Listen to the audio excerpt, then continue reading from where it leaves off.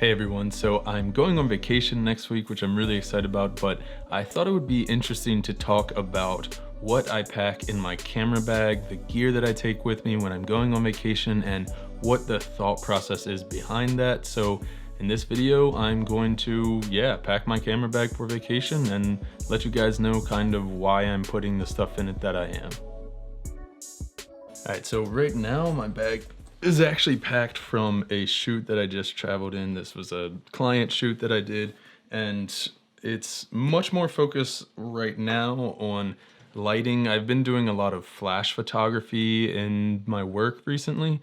And by the way, if you're interested in either how I pack for shoots that I'm traveling to or how I use flash photography in my work, leave a comment, let me know what you'd like to see or what you'd like to learn more about. But because this is vacation, I definitely want to try to pack lighter. And I mean, like, literally, I don't want to be carrying around as much weight on vacation. And the thing is, I don't really plan to shoot very much or even very often at all. But I always like to have a camera with me so that if a shot happens, I'm able to capture it if I want to.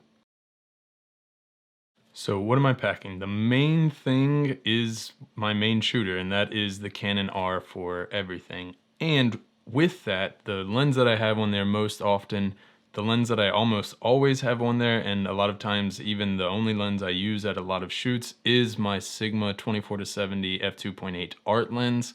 And I mean, it is just a focal range that covers everything that I am shooting most often.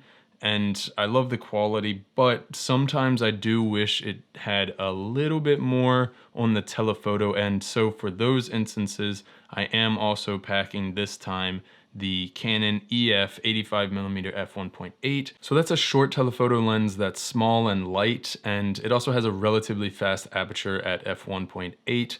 And along those same lines, again, small, light, relatively fast aperture, I am bringing the Canon RF 50mm f1.8. This lens is really small, so getting it in the camera bag doesn't take up a lot of space, and if you have it on your camera, still doesn't take up a lot of space, and it just makes for a really light portable setup. Plus 50mm is a very versatile focal length if you're just walking around and have no idea what you're going to be shooting.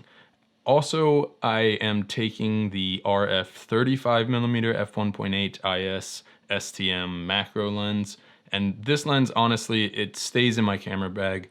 Regardless of what I'm doing, I'm going to have this lens in there.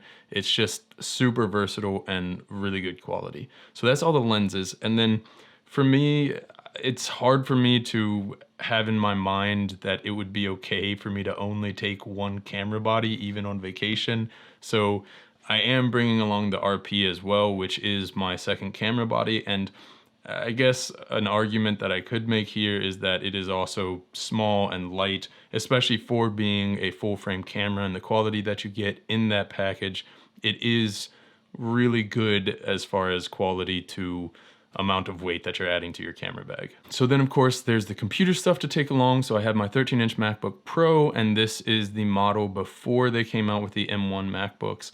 And with that, I have a Samsung T7 portable hard drive, and of course an adapter to use my SD cards with the USB-C only MacBook Pros.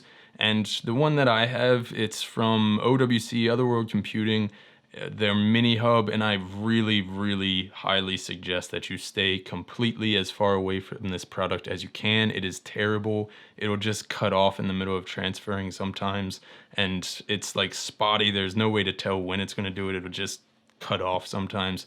It's very frustrating, and I need to just replace it and just haven't done it yet. But there are much better, even much cheaper and much better options than this. This is pretty much the worst option you could get. And then outside of that, it's just accessories. So I have a mini tripod from Movo, I have a lens cleaning kit, a camera strap, and actually both of my cameras have the Peak Design clips on them so that they have the quick release so that I can take the camera strap on and off really quickly, because I don't always want to have a camera strap on there, but I like the option if I need it. And then of course extra batteries. But that's it. That's all I'm taking.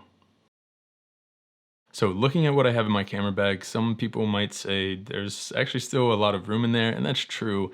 And then some more reasonable people might say that seems like overkill for just going on vacation. That is also very true. And to be honest, I used to be way worse at doing this, just packing like every piece of gear that I owned every time I even left the house. So I'm trying to get better at that. And I will say for probably shoots, I have gotten better at knowing what I'm going to need for the shoot and then just having the backups that would be strictly necessary. Hopefully after this trip, I'll see what it is I'm actually using when I'm going on vacation and be able to make potentially better or more minimalist choices on the next trip. But anyway, I hope you enjoyed this video. If you did, give it a thumbs up. In the comments below, let me know, what do you take on vacation? Do you take gear on vacation? If you take gear at all, what kind is it? If you haven't yet, hit the subscribe button. And if you are interested at all in buying any of the products that I've talked about in this video, I will have affiliate links in the description below. If you use those links at no cost to you, it will help you support this channel so that I can continue making videos for you guys. Thanks, see ya.